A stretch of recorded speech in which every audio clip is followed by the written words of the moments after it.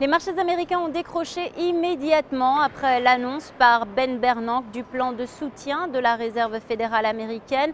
Le Dow Jones perd 2,5%, le Nasdaq recule de 2% et le S&P 500 perd près de 3%.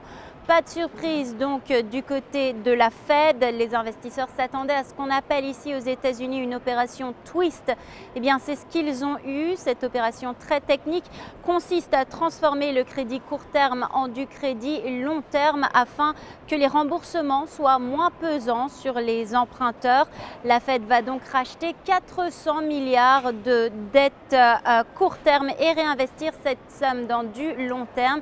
Cette opération touchera à sa fin en juin 2012. Ce plan largement anticipé par les marchés a été accueilli avec beaucoup de déception par les investisseurs qui en espéraient plus. Autre élément qui plombe la tendance aujourd'hui à Wall Street et particulièrement le secteur financier, l'agence Moody's a annoncé une vague de dégradation dans le secteur bancaire. C'est le cas pour Bank of America, Wells Fargo ou encore Citigroup. L'agence de notation explique qu'en ces temps de crise, le gouvernement pourrait ne pas venir en aide aux établissements en cas de faillite, ce qui fait que les placements bancaires sont considérés comme risqués. Sur le Dow Jones, le titre Bank of America chute de 7,7% et celui de JP Morgan suit à la baisse, moins 6,2%.